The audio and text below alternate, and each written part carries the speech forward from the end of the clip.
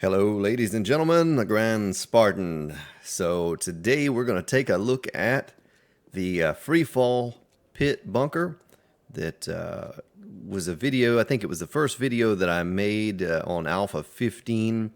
Since then, I put a bit of work into it.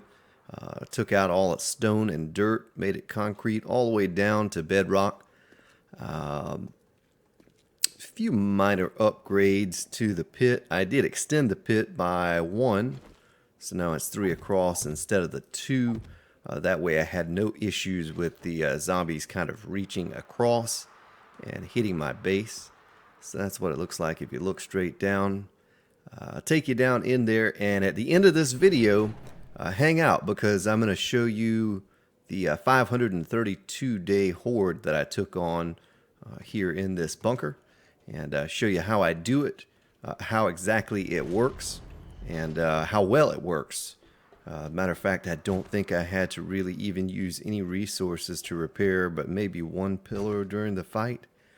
I had good many cops and ferals and soldiers, but what you're going to notice on that too is that maybe it's a mechanic that they fix a bit, but when the zombies fall down into the pit, they are, even though their bodies are still intact, they're really dead. So all it takes is one hit from anything, a pistol or an axe, or probably even shoot them with your nail gun, and they turn into a lootable corpse. The only ones that really survive that fall are the ferals, cops, and soldiers. Pretty much everything else is dead on impact, and you'll notice that in the video.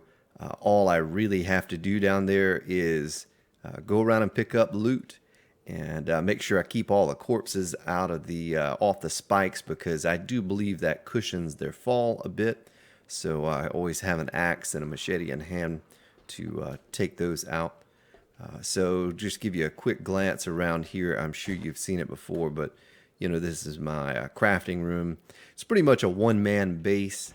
One other thing I did differently, which it really serves little purpose, was I made it so that I could go out onto the roof here, look around. I am next to the hub city.